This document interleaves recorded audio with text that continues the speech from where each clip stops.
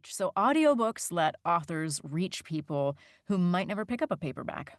It's about accessibility and convenience and connection. And plus, indie authors now can control their own audio destiny more so than they could before because you don't necessarily need a traditional publisher in order to publish print, but now also audio. So audiobooks, they open a major revenue stream. That's one of the biggest things I think authors don't realize is you are leaving money on the table by not having your book in audio. So you could really increase your income potential. And indie authors, you get to self-produce. You get to distribute through, we're going to talk more about the different platforms, but there are different ways that you can get things out without that. You can be a self-starter and not have to have a big team behind you in order to do it, which as somebody who loves to have control, it's a really great option. International reach is also something different now too, right? I guess you can also do that with your print, but audio allows you that avenue as well.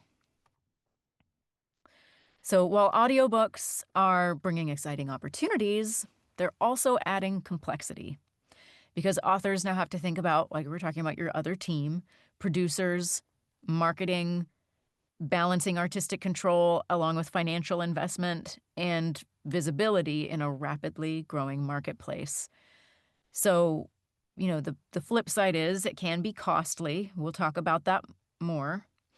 You have to decide, do you want to narrate this yourself or do you want to hire talent? Like what's going to be the best bet for you as far as making sure you do make money on this project while also balancing how much control you have.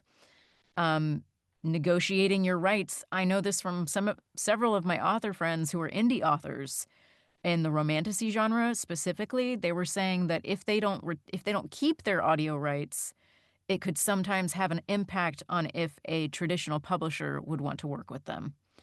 Because traditional publishers know that audiobooks are such an asset. They want print, they want ebook, and they want audio rights sometimes.